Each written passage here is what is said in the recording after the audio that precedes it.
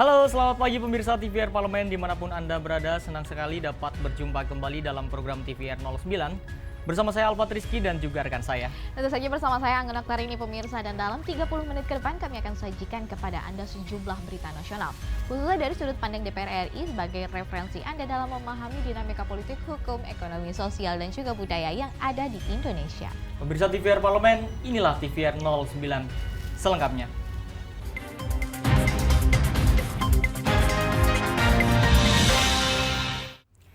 Pemirsa, melalui saksi-saksi yang dihadirkan dalam rapat Pansus Angket Penyelenggaraan Ibadah Haji DPR RI, ditemukan sejumlah dugaan penyimpangan dalam penyelenggaraan ibadah haji tahun 2024. Untuk itu, anggota Pansus Haji mengungkapkan beberapa saksi dari pihak Kemenak yang dihadirkan dalam rapat Pansus Angket Haji terkesan membantah temuan Pansus terkait dugaan rekayasa aturan yang dikeluarkan Kemenak. Melalui saksi-saksi yang dihadirkan dalam rapat Pansus Angket Penyelenggaraan Ibadah Haji DPR RI, ditemukan sejumlah dugaan penyimpangan dalam penyelenggaraan ibadah haji 1445 Hijriah atau tahun 2024. Pansus menduga Kemenak RI merekayasa aturan untuk membenarkan pelanggaran yang dilakukan. Endang Maria mengungkapkan, beberapa saksi dari pihak Kemenak yang dihadirkan dalam rapat Pansus Angket Haji terkesan membantah temuan Pansus terkait dugaan rekayasa aturan yang dikeluarkan Kemenak. Salah satunya terkait data Siskohat yang bisa dilakukan perubahan data secara manual. Kemenak diminta tidak perlu menutup-nutupi hal yang sudah jelas sebagai kesalahan dalam penyelenggaraan ibadah haji. Kemenak seharusnya bijak menyikapi temuan-temuan Pansus daripada harus merekayasa aturan. Dihadapi saja apa adanya, kenapa harus merekayasa? Justru ini menimbulkan pertanyaan di kalangan masyarakat, yang mana bisa jadi indikasi-indikasi apa yang disampaikan, apa yang menjadi tuduhan, apa yang menjadi perkiraan pemikiran masyarakat umum ini ternyata berarti benar ya, sehingga mereka harus mencari cara agar supaya seolah-olah itu saya nggak bersalah gitu ya, seolah-olah ini memang berjalannya tuh on the track. Padahal semakin mereka membuat rekayasa, bukan berarti Pansus tidak bisa menemukan kebenaran atau bukan berarti tidak bisa menemukan fakta-fakta hukum gitu ya. Endang Maria menambahkan, Pansus Angket Haji DPR akan terus bekerja untuk menemukan bukti-bukti terkait yang menjadi pelanggaran dalam penyelenggaraan ibadah haji 1445 Hijriah. Hal ini dilakukan untuk perbaikan penyelenggaraan ibadah haji ke depannya. Alfa dan Sigit TVR Parlemen melaporkan.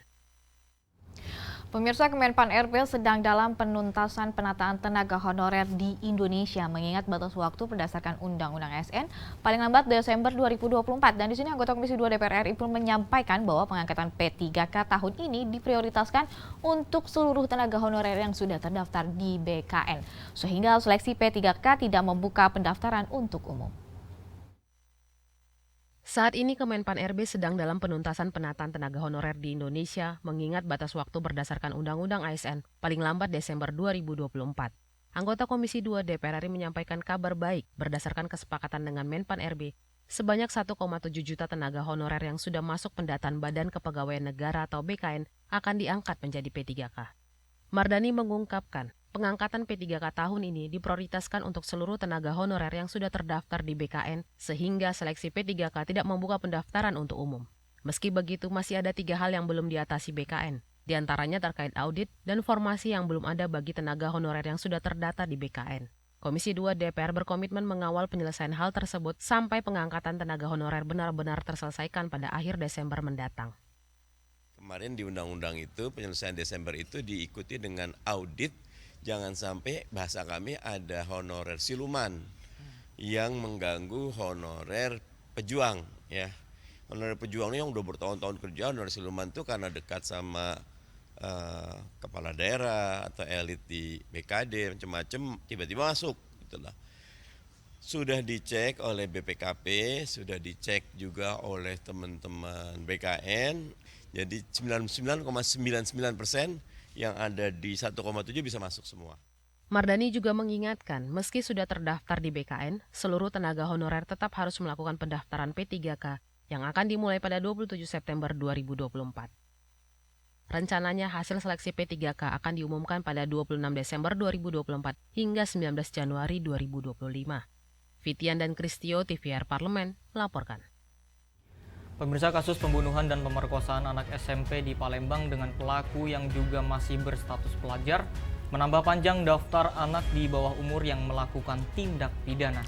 Dan informasinya akan kami hadirkan sesaat lagi. Tetap bersama kami di TVR 09.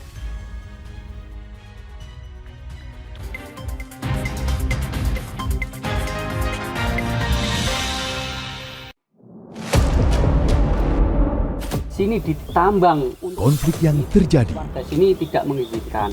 masalah yang tersisihkan menjadi kesenjangan sosial.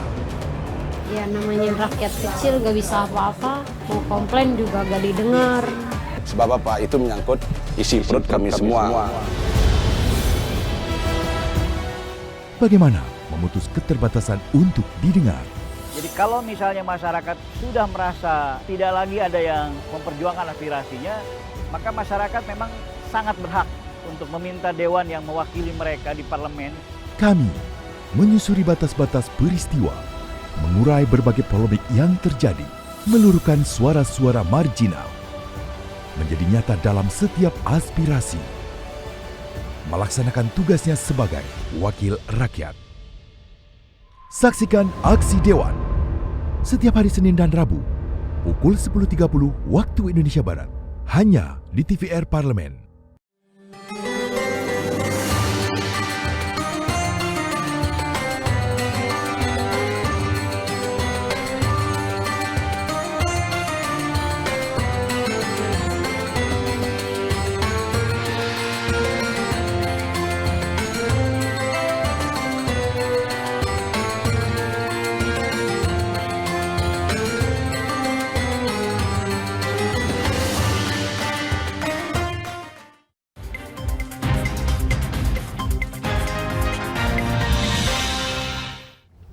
Kembali bersama kami di TVR 09. Pemirsa, anggota Komisi 10 DPR RI mendesak pemerintah untuk memperkuat implementasi pendidikan karakter dengan menguatkan peran guru disertai filter konten internet. Tak hanya itu, penguatan peran guru dan pengendalian internet juga harus beriringan. Kasus pembunuhan dan pemerkosaan anak SMP di Palembang dengan pelaku yang juga masih berstatus pelajar menambah panjang daftar anak di bawah umur yang melakukan tindak pidana. Menyikapi itu, anggota Komisi 10 DPR RI mendesak pemerintah memperkuat implementasi pendidikan karakter dengan menguatkan peran guru disertai filter konten internet. Nur Purnamasidi menyoroti masih kurangnya filter terhadap konten-konten tidak pantas yang beredar di internet atau dunia maya, sehingga kelompok di bawah umur bisa mengakses konten-konten tersebut secara bebas. Ditambah lagi kurangnya interaksi hangat antara anak-anak dengan orang tua maupun guru, menyebabkan anak cenderung meniru perilaku negatif dari konten internet. Penguatan pendidikan karakter sangat perlu dengan muatan yang mendorong anak dan guru berinteraksi lebih banyak sehingga mencegah anak terpapar pengaruh internet dalam waktu lama. Karena memang nilai yang mereka dapat lebih banyak diambil dari media sosial. Itu menjadi contoh melalui game, melalui beberapa pertunjukan, drama-drama itu yang ada di media sosial. Itu lebih dominan menjadi rujukan bagi siswa kita menjadi sebuah nilai dan karakter pribadinya, bukan lagi orang tuanya, bukan lagi guru-gurunya. Nah, ini. Jadi ada hal yang tidak nyambung antara keinginan pemerintah melalui Kementerian Pendidikan membangun pendidikan yang berkarakter dengan sistem pendidikan kita yang lebih menekankan pada media-media sosial yang ada. Nur Purnamasidi menambahkan, penguatan peran guru dan pengendalian internet harus beriringan. Untuk itu, kolaborasi Kemendikbudristek dengan Kemenkominfo menjadi kunci dalam memastikan anak mengkonsumsi konten internet yang ramah anak. Ken dan Rian TVR Parlemen melaporkan. Badan Pusat Statistik mencatat Indonesia mengalami deflasi ataupun penurunan harga barang dan jasa selama Mei hingga Agustus 2024. Dan pemirsa, di sini yang menunjukkan melemahnya daya beli masyarakat, anggota Komisi 11 DPR RI meminta pemerintah harus mengambil langkah cepat melalui berbagai kebijakan agar Indonesia tidak mengalami deflasi berkepanjangan. Badan Pusat Statistik mencatat Indonesia mengalami deflasi atau penurunan harga barang dan jasa selama Mei sampai Agustus 2024 yang menunjukkan melemahnya daya beli masyarakat. Menanggapi hal itu, anggota Komisi 11 DPR RI meminta pemerintah melakukan langkah antisipatif, misalnya dengan menyalurkan bansos agar bisa mendorong geliat daya beli masyarakat. Menurut Kamrus Samad, melemahnya daya beli masyarakat terpengaruh dari jumlah kelas menengah Indonesia yang turun. Pemerintah harus mengambil langkah cepat melalui berbagai kebijakan agar Indonesia tidak mengalami deflasi berkepanjangan. Selain itu, mata rantai distribusi barang konsumsi rumah tangga harus dipastikan lancar dan terjamin. Prosedur dan mekanisme terhadap pengajuan kredit konsumtif juga harus dipermudah aksesibilitasnya. Yang ketiga yang tidak kalah penting itu adalah bagaimana sektor consumerism betul-betul bisa didorong kembali melalui program spending government melalui bantuan sosial.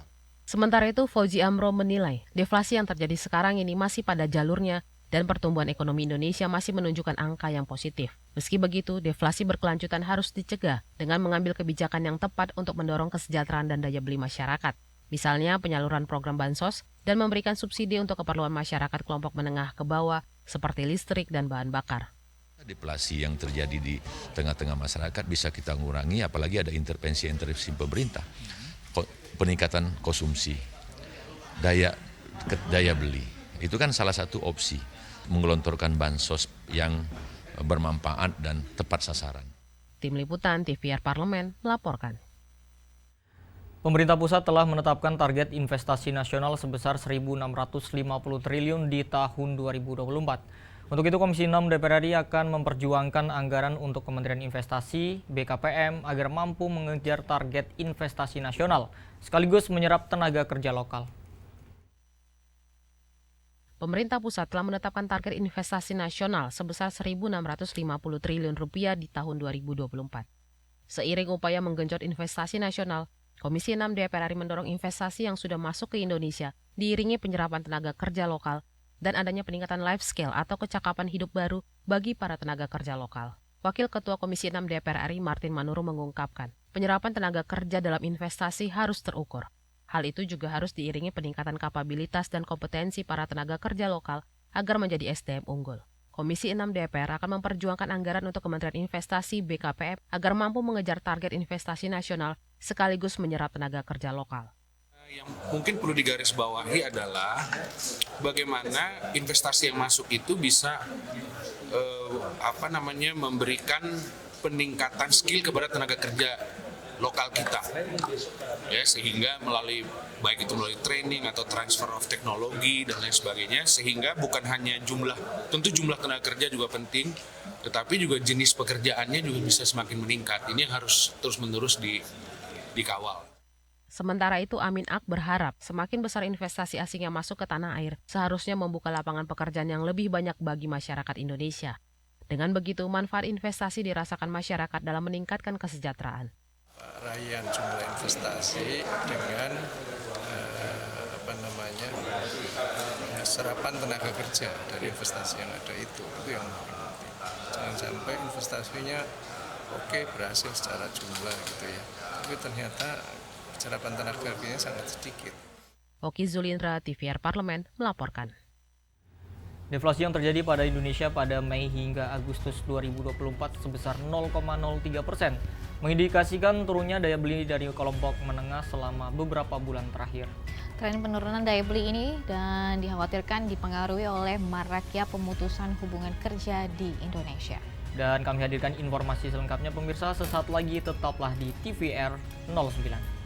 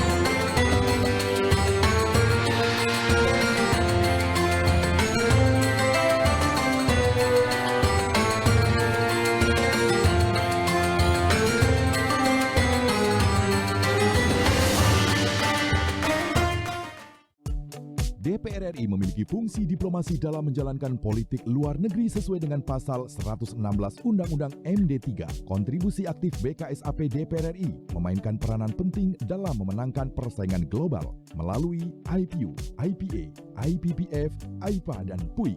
BKSAP memiliki komitmen yang tinggi dalam krisis kemanusiaan dunia. Fungsi diplomasi dijalankan untuk mendukung upaya pemerintah dalam melaksanakan politik luar negeri.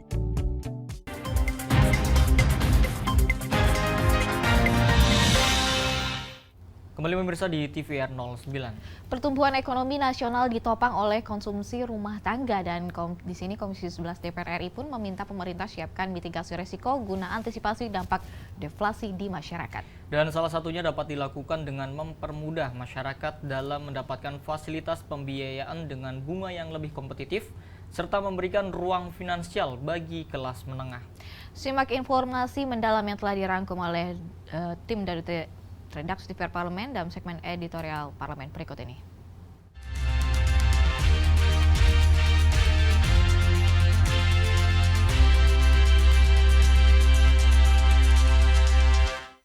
Badan Pusat Statistik atau BPS mencatat terjadi deflasi pada Mei hingga Agustus 2024 sebesar 0,03%. Hal ini mengindikasikan turunnya daya beli dari kelompok menengah selama beberapa bulan terakhir. Terlihat dari angka konsumsi rumah tangga yang hanya tumbuh 4,9%. Dikhawatirkan, tren penurunan daya beli masyarakat ini dipengaruhi oleh maraknya pemutusan hubungan kerja, terlebih berdasarkan laporan Kementerian Tenaga Kerja. Periode Januari hingga Agustus 2024 sudah menembus 46.000 angka pemutusan hubungan kerja atau PHK. Kenaikan angka pemutusan hubungan kerja ini berdampak langsung pada tingkat pengangguran dan kesejahteraan sosial. DPR RI menegaskan, pemerintah harus mencermati perkembangan terkini dari kemampuan konsumsi masyarakat. Karena jika pelambatan terus terjadi dan dibiarkan, dampak ke perekonomian nasional akan cukup terasa. DPR RI mendorong pemerintah segera melakukan intervensi kebijakan sebelum hal ini menambah beban pada sistem jaminan sosial serta memperburuk ketimpangan ekonomi. Anggota Komisi 11 DPR RI Kamru Samad menyampaikan, karena pertumbuhan ekonomi nasional ditopang oleh konsumsi rumah tangga, pemerintah harus menyiapkan mitigasi resiko untuk mengantisipasi dampak deflasi di masyarakat. Ia menjelaskan, fenomena penurunan daya beli masyarakat, khususnya pada kelompok menengah, harus segera diatasi, karena berpotensi meningkatkan angka kemiskinan di Indonesia. Kamru Samad mendorong pemerintah melakukan langkah antisipasi pada kuartal keempat 2024 hingga kuartal pertama 2025. Salah satunya dengan mempermudah masyarakat untuk mendapatkan fasilitas pembiayaan dengan bunga yang lebih kompetitif, serta memberikan ruang finansial bagi kelas menengah dengan mempertimbangkan kebijakan perpajakan yang lebih rendah, guna menjaga daya beli masyarakat tetap stabil dan berkontribusi pada perekonomian negara. Jadi data BPS menunjukkan bahwa ada kerentanan kelas menengah kita untuk jatuh di ruang rentang miskin. Artinya itu akan berpengaruh terhadap daya beli masyarakat. Karena yang spend money selama ini adalah kelas menengah kita. Nah, kalau itu terus terjadi, maka perlu ada dorongan peningkatan atau kemudahan untuk mendapatkan fasilitas pembiayaan buat kelas menengah, khususnya sektor swasta, dengan bunga yang lebih kompetitif. Artinya interestnya itu lebih rendah daripada bunga komersial, sehingga kelas menengah ini bisa lebih kreatif dalam mengembangkan potensi usaha yang dimilikinya. DPR mendorong pemerintah segera mengambil langkah konkret untuk mengantisipasi dampak rambatan yang ditimbulkan deflasi. Mulai dari merumuskan perlindungan sosial bagi kelas menengah untuk konsumsi, biaya pendidikan, kesehatan, dan transportasi. Lebih lanjut, pemerintah perlu mempertimbangkan kembali penaikan PPN tahun depan. Maka, anggota Komisi 6 DPR RI Siti Mukaromah menilai, Pemerintah baru ke depan harus menggenjot program prioritas agar perekonomian rakyat tetap berjalan. Ketika kita melihat realitas lapangannya, kita memang masih sangat membutuhkan sekali untuk membantu masyarakat. Masyarakat secara luas sampai ke tingkat pelosok itu masih dalam posisi yang sangat-sangat kesusahan ya.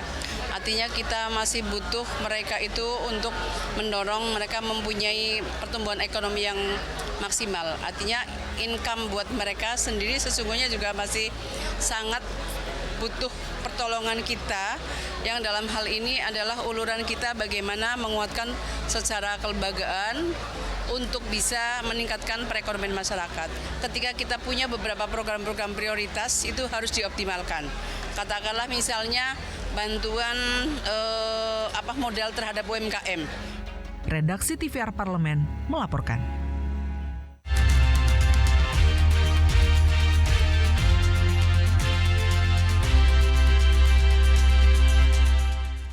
Kerajinan keramik merupakan salah satu warisan budaya Indonesia yang tak ternilai, yang syarat akan berbagai makna dan juga filosofi.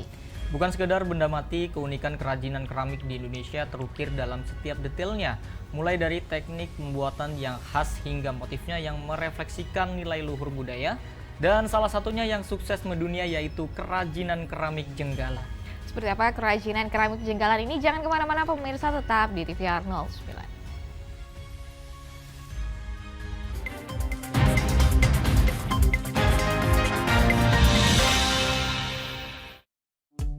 DPR RI memiliki fungsi diplomasi dalam menjalankan politik luar negeri sesuai dengan pasal 116 Undang-Undang MD3. Kontribusi aktif BKSAP DPR RI memainkan peranan penting dalam memenangkan persaingan global melalui IPU, IPA, IPPF, IPA, dan PUIK.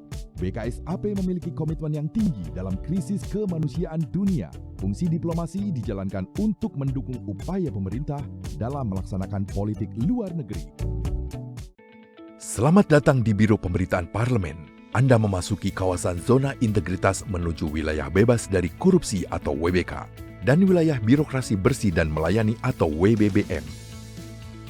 Biro Pemberitaan Parlemen berkomitmen penuh untuk mewujudkan wilayah bebas korupsi dan wilayah birokrasi bersih dan melayani.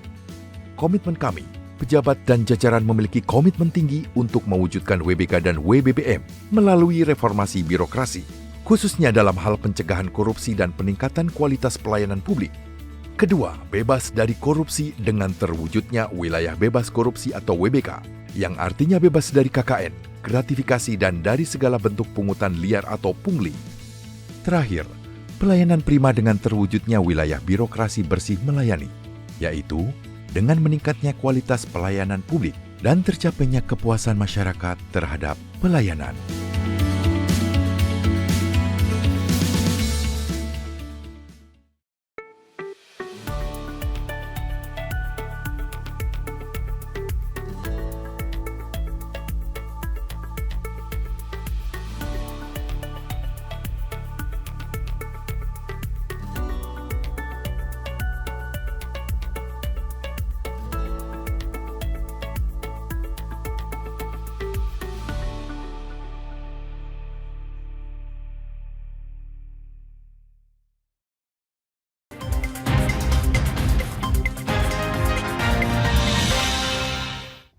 Kembali bersama kami di TVR 09. Pemirsa, berdiri sejak tahun 1976, keramik Jenggala telah menjadi pionir dalam menciptakan produk berkualitas tinggi yang mampu menembus tatanan pasar internasional. Terinspirasi dari akar budaya eksplorasi terus-menerus serta kesetiaannya terhadap nilai dasar desain menjadi daya tarik kuat bagi peminat lokal maupun internasional. Dan tanpa berlama-lama, mari kita saksikan keramik Jenggala, kerajinan lokal yang mendunia pada segmen Intips, informasi dan tips untuk Anda.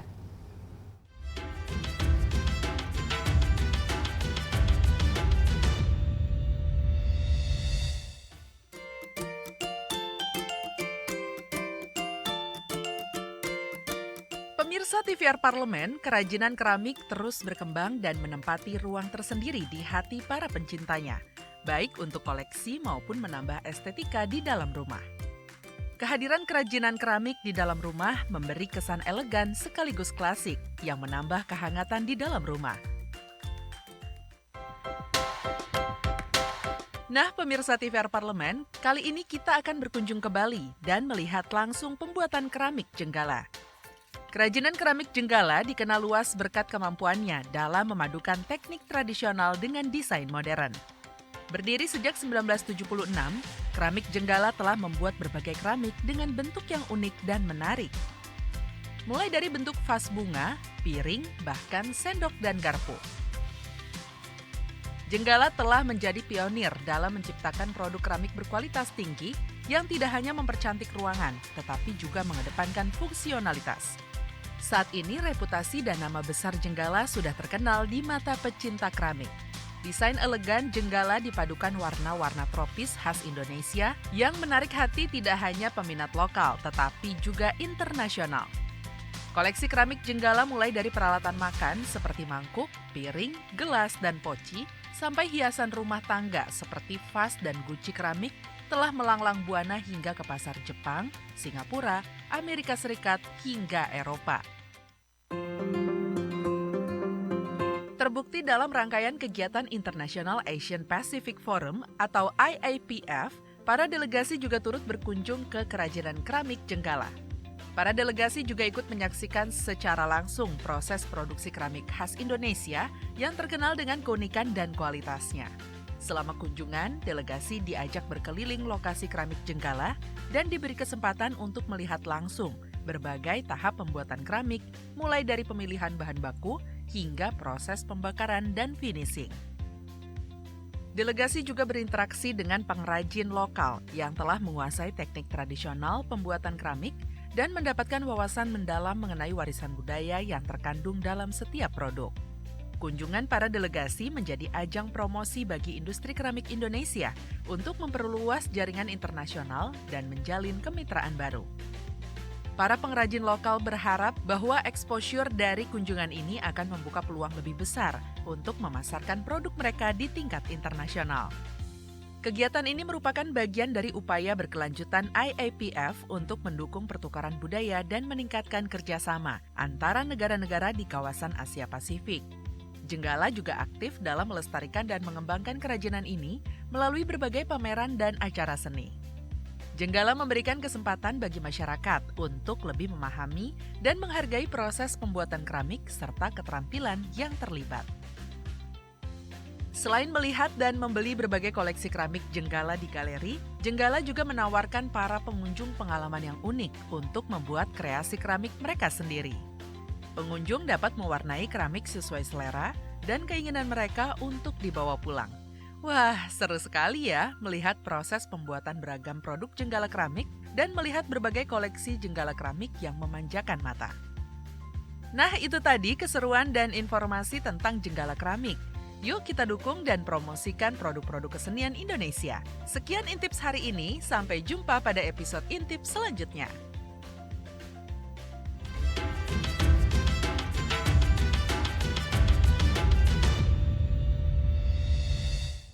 Alfat jadi tertarik nggak untuk belajar membuat keramik? Karena sepertinya lucu-lucu dan bagus-bagus ya hasilnya. Dan tentunya ini ya butuh kesabaran lebih ya. Karena misalkan untuk membentuk itu kan kayak tadi itu harus dihalus banget gitu ya, Anggun. Benar-benar perlu detail yang sangat jelas sekali. Betul. Dan pemirsa, di penghujung acara kami informasikan kepada Anda sejumlah agenda DPR RI pada hari Selasa 17 September tahun 2024. Pada pukul 10 pagi, ada Badan Legislasi DPR RI akan melaksanakan rapat pleno penyusunan peraturan DPR RI tentang pemberian penghargaan kepada anggota DPR RI pada akhir masa keanggotaannya. Dan pada pukul 1 siang, Badan Anggaran akan melaksanakan rapat kerja dengan pemerintah membahas pembicaraan tingkat 1 rancangan Undang-Undang APBN tahun 2025. Dan pemirsa, tak lupa kami mengingatkan pada 1 Oktober 2024 mendatang Anda dapat menyaksikan pelantikan anggota DPR RI periode 2024-2029 secara langsung di kanal YouTube TVR Parlemen dan tvrparlemen.dpr.go.id. Baik, pemirsa TVR Parlemen, demikian TVR 09 edisi hari ini. Segenap kru TVR Parlemen yang bertugas mengucapkan terima kasih telah menyaksikan TVR 09 pagi ini. Saya Anggun Oktarini dan juga rekan saya Salvat Rizky pemirsa, sampai berjumpa kembali di TVR 09 selanjutnya. TVR Parlemen, referensi Indonesia.